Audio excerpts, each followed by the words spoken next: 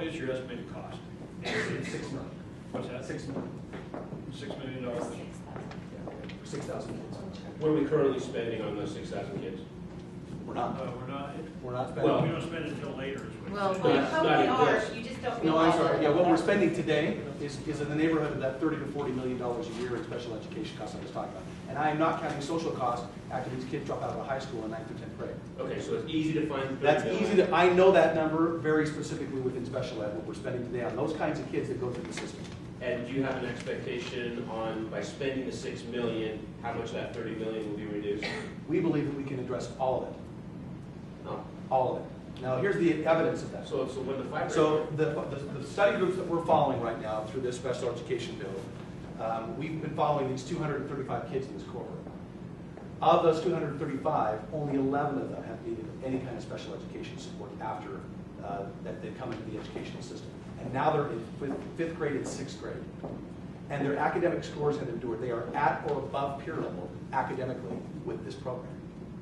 So even if we were only able to reduce that 30 million down to 24 million, we're still the same 30 million total. Correct. Your expectation That's is the financial context of the plan. Okay, so the problem anytime you introduce a new program is it suddenly becomes indispensable.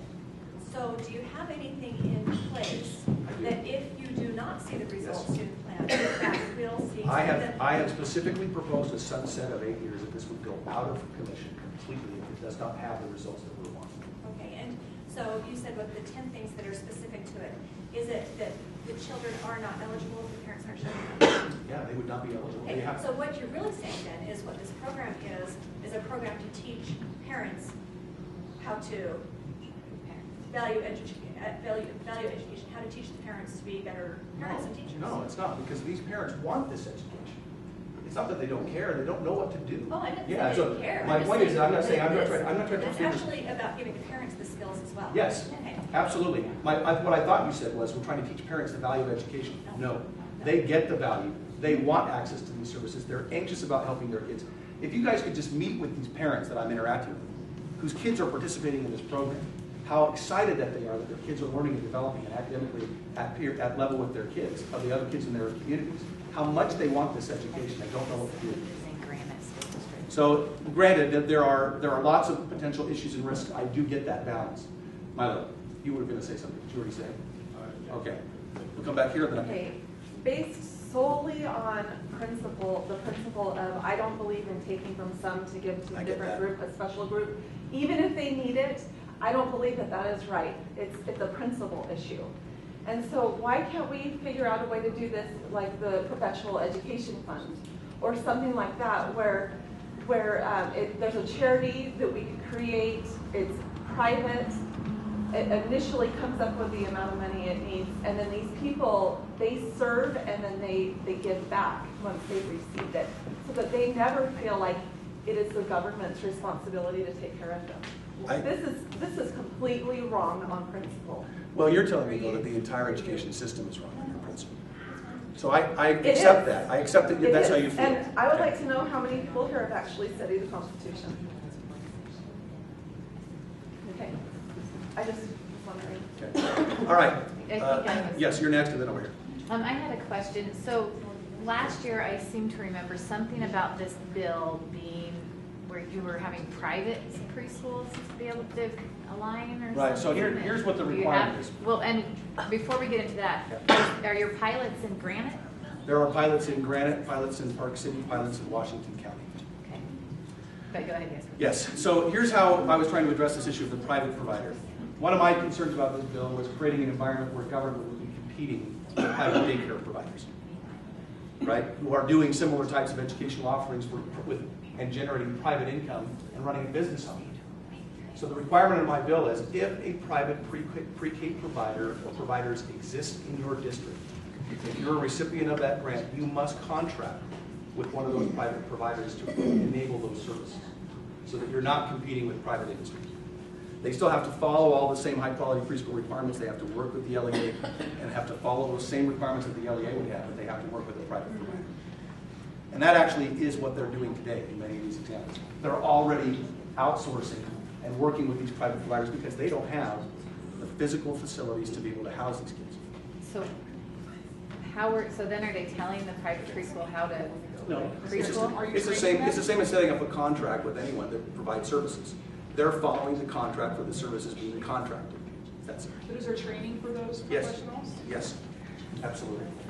And there are requirements they have to follow from a training perspective, so we meet that. Is there, and there's no data they have to be gathering? It seems like then you would be requiring private. No, because they're doing it, the kids are already tracked through the LEA. It's not something the private provider has to. But if the private provider is providing this service, then wouldn't they have to give the data to the LEA? No, they allow the testing to take place at their facility, and that data is collected by the state. So it's private just provider through is not- just through testing? Just through testing. All right, we got to move on to other bills. I just want to get a few more comments and then some closing feedback. Yeah, I don't think most people would argue the social science. It's just the concerns are regarding the political science of it. I think you've done a great job at addressing a lot of the concerns. I think the only concern left is, given Obama's and the federal government's view of preschool, could this be a gateway into that? It's already in place, and then it's expand. The federal government. Totally. Last year, just as a side note, the week I announced my bill, the next Wednesday, or the Wednesday before I announced my bill, actually, President Obama announced universal pre-K as an Obama administration priority.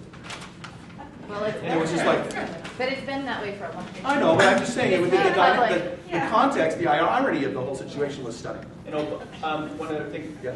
I like how your parent choice kind of addresses some of that, but also Obamacare can overrule that because it allows them to force you to not have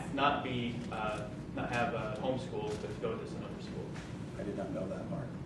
Yeah, they can raid your home. They can do all these They other can things. just decide by all the data collected. They can force you to take medication. It's not all about medical stuff. It's about all the other Fantastic. things. Yeah. I really like this topic. You brought it up last year, had a chance to study it. I don't want to necessarily get into the details of that, but I did want to give you some feedback. I appreciate that. There's I think a couple of things that I really like the idea of maybe considering this as a venture, thinking of it as a venture with as a pilot that is the state experimenting. And I know that's going to violate some people's principles, with the idea that someday that gets picked up through charity or something like that. That might be the catalyst to help that happen versus scaling it out and having a pre-K state program. Well, what's really interesting to me is that, like, for example, last summer, our friends at the Salt Lake County with investors, PJ Pritzker and what's the other big company, big investment company, shoot. Anyway, they did a pilot in Salt Lake County around public-private partnership. What's attracting the investment community is that they are seeing the results. They want to invest in those savings. And it's very similar to what they did with recidivism in different states. And I know that there's concerns about that. I get the private investor, and I actually agree that that's a concern. That's why I dropped It's it. just them pushing government policy. Yeah, the having private, what was so unique about it is that when a private investor is involved, the level of accountability on the system is increased. Because they are going to invest in something where they don't know that they'll be able to get their money back. So it was a unique combo. But I'm just saying that as an example of something that's happening. So let me come back to that, Yeah. maybe less from the business side, more from the Charitable side, that she was talking about. Because I actually took that experience of learning that. I actually went to preschool, and one of their friends that they hung out with couldn't be afforded. We went ahead and Helped them out. offered to pay for that, and then the teacher there said, no, you can't pay the full, I'm just going to pay the other half, you pay half. And that's what I talk about on the halo effect, just having these discussions, the things that take multiple years. When you lay out what's the outcomes and you say, if we invest here, however we do that, that's the stuff that changes year to year. And so I just applaud you on starting with this at whatever level you can. Well, there's one thing that's for certain. About. This is a divisive topic. And I've taken a side that you might not agree with. And I hope that you can see that I have some good logic for why I'm doing it. You may disagree with me on the principles, the fundamental principles of government. But I believe that we are in a position where we are seriously at risk from a cost perspective. And the impacts to our state are enormous. And I'm more alarmed about that. And it really is something I know we have an actual answer for. It's working. That's why I'm proposing this legislation. Now, I need to move on to